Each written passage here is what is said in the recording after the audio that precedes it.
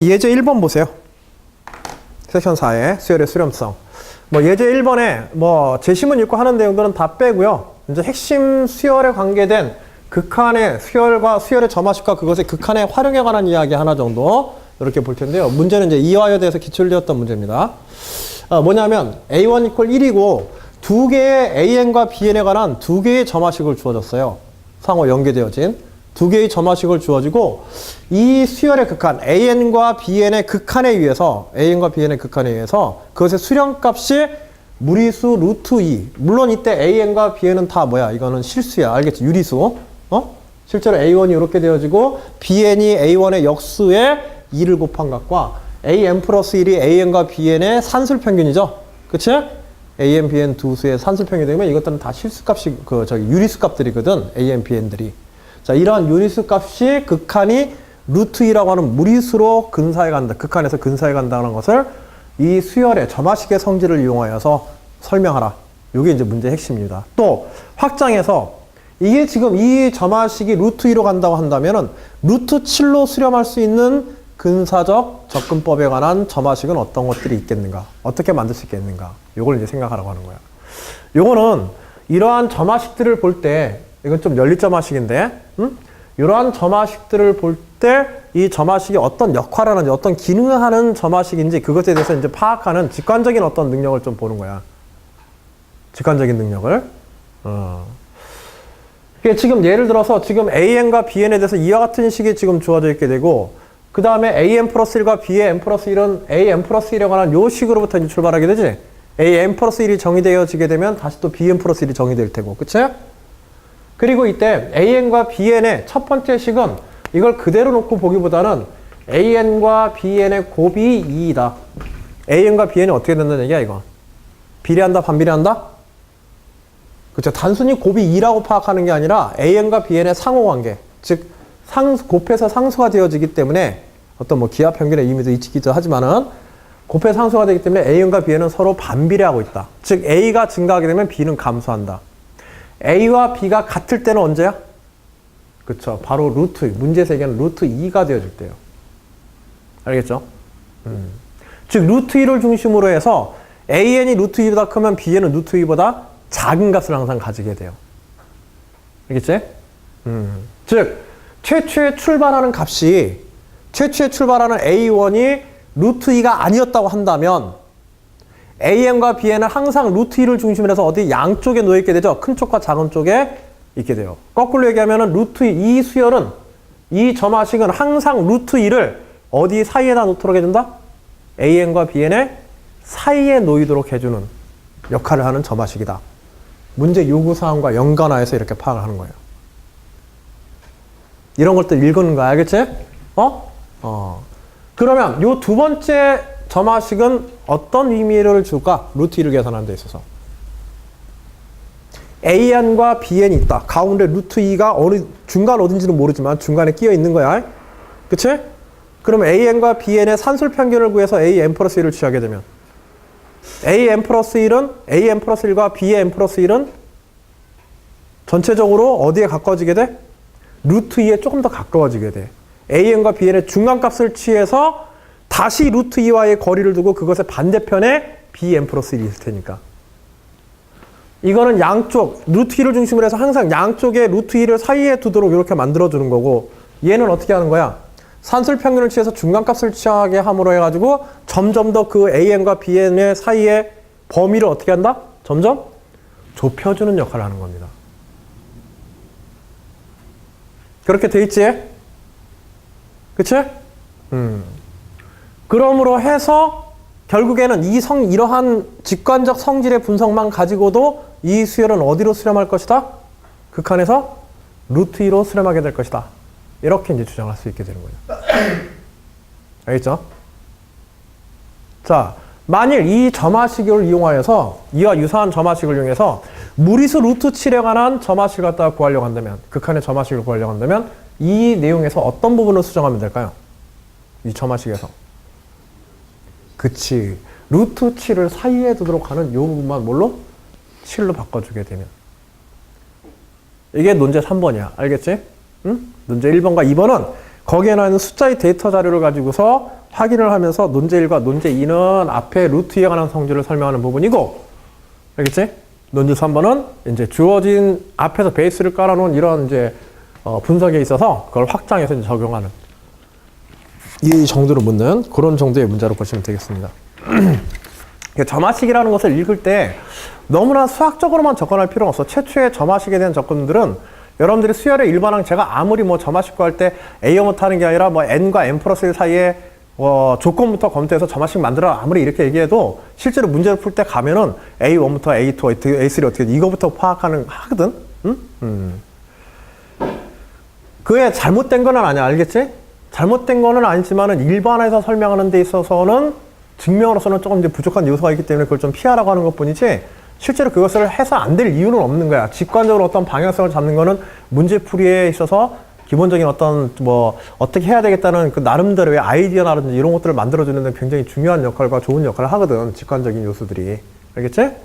여기서는 이제 그런 요소들이 좀 필요로 하는 거야. 특히 극한과 같이 약간의 이런 모호성을 띠고 있는 수학의 분야에 있어서는 그런 직관적 접근들은 이제 상당히 좋은 수학적 아이디어를 주기도 한다. 예제 2번은요, 다음 페이지에, 88페이지에, 예제 2번은 뭐냐면, 이거는 수열의 수렴성에 대한 활용이야. 이 두 개가, 예제 1과 예제 2가 다 활용 문제야. 알겠지?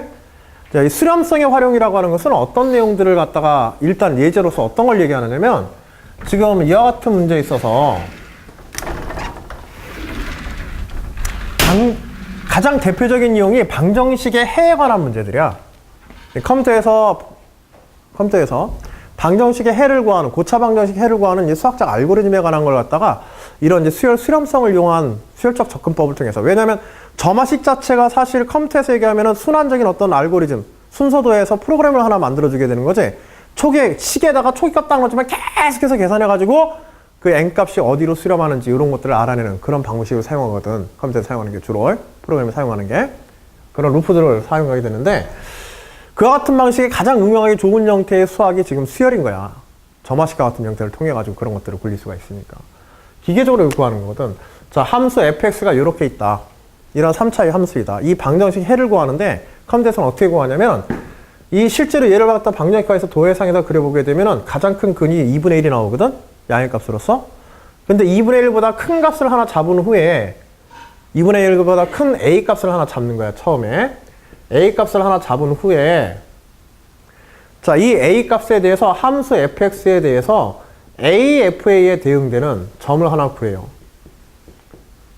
알겠지? 임의의 점에 대해서. 그럼 이 대응되는 점을 구한 후에 함수가 주어져 있기 때문에 이것의 접선을 그릴 수 있어, 없어? 이것의 접선 그릴 수 있지? 그치? 접선을 그리고 이 접선의 x절편을 구하는 겁니다. 그러면 요걸 우리 A1이라 하자. 그리고 같은 작업을 A1에 대해서 또 반복을 하는 거야. 그리고 또 접선 그리고 그 다음에 x절편을 갖다 A2라고 하자. 자, 이와 같은 식으로 계속 접근해 가면 어떻게 되겠어? 결국은 AN은 어디로 수렴하게 돼요? AN은? 그치, 이 방정식의 근에 수렴하게 돼 있어요. 이 부분이 어떻게 됐으면? 단일하게 증가하거나 감소하는, 오목볼로성이 단일하게 돼 있으면. 알겠지? 오목볼로성이 단일하게 돼 있으면은 그래서 컴퓨터에서는요, 초기 값을 대략, 이 방정식의 근이 어떤 값이 될 것이다, 어떤 정도의 근을 가질 것이다 해가지고 근 근처의 값을 툭 하고 집어넣고 이 알고리즘에 그냥 집어넣는 거야.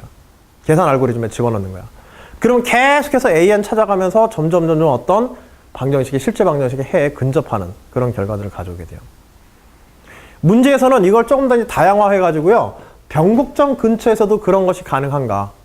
그 다음에 최대값이나 최소값 근처에서 있는 값에 대해서도 이러한 접근법을 사용해서 방정식의 해를 구하는 것이 가능한가. 이것들은 이제 논제 1번, 2번, 3번. 그 다음에 방정식의 풀이에 관한 연습 문제로서 이제 문제들이 구성되어 있습니다. 숫자라든지 계산은 좀 까다롭긴 하지만, 연습 문제로서는 꽤 괜찮아요. 문제는 이제 한양대 문제로 이렇게 출제했던 문제예요. 한양대 모의능수 문제로 해서 2010학년도에. 여기서는 이제 특히 이제 논제 3번의 문제가 가장 까다로워. 일반적인 것처럼 논제 3번의 문제가 가장 까다롭고, 논제 3번의 문제를 풀기 위해서는 논제 2번의 내용들을 갖다가 정확하게 풀어야 되고, 논제 1번의 이제 기초적인 문제부터 단계적으로 이렇게 풀어가야 돼. 알겠지? 그런 이제 계산 연수 문제고, 수열이 수렴한다는 것에 대한 정의들을 갖다가 여기 제시문에서 써주고서 있는데, 수열 수렴성에 관한 요 제시문의 내용들은 다시 여기 다음 주에 하게 될 섹션 5에서의 내용에 그대로 포함이 되어 있어요. 알겠죠?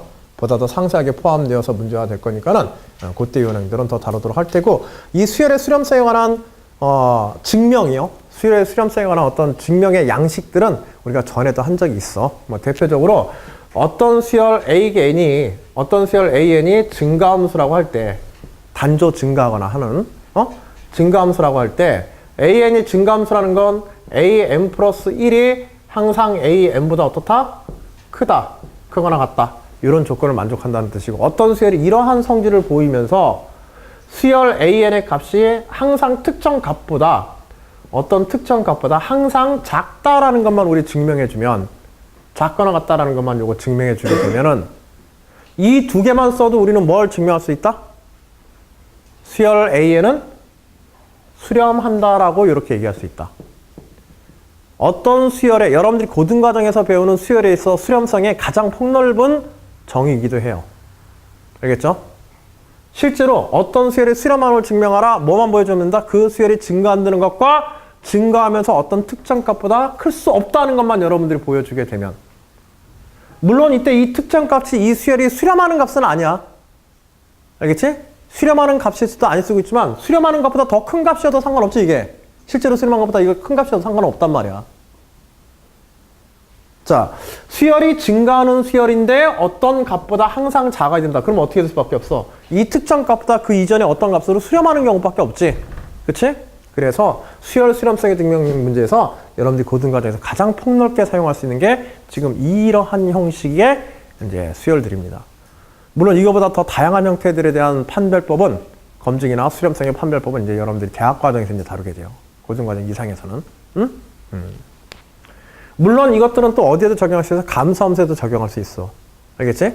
감수함수의 경우에는 감수하면서 어떤 수보다 크면 되겠죠? 그치? 그러면 그 전에 어딘가로 수렴해야 된다, 반드시. 이거는 증명인 거야, 이거 자체가. 알겠지? 수렴성에 대한 증명. 이걸 보여주면 바로 증명이 되는 거야.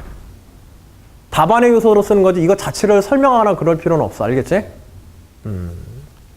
그리고 이러한 이제 수열 수렴성을 이용해가지고 실제로 이러한 작업들을 통해서, 그치? AN이 어떻게 된다? AN이 계속 감소하는 거죠, 이거는. 이렇게 되면. 여기서 만일 출발했다고 한다면. AN은 계속 감소하는데 어떤 특정 값 이상을 넘을 수 없다. 여기에 있는 방정식의 근해에 해당하는 값 이하로 내려갈 수는 없다. 그것만 설명해 주게 되면은 증명이 끝나게 되는 거야. 그래서 얘는 어디로 수렴한다? 그쵸? 여기에 한없이 수렴해 간다라고 하는 설명들을 갖다 할 수 있게 되는 거예요. 알겠죠? 물론 이제 수렴값이 뭐 2분의 1이라고 주장하는 거는 조금 이제 차이는 있긴 하지만, 그런 것들을 이제 분석하고 요구하는 문제들이 이런 문항으로 구성되어 있고, 요와 유사한 세부 내용들은 우리가 다음 주에 보강 시간에 조금 더 철저하게 점검하도록 하겠습니다. 아시겠죠? 그래요. 오늘 일단 여기까지 마무리하고요. 1차 수업에서 그동안 오프라인 수업 이제 진행하시면서 수고 많으셨고,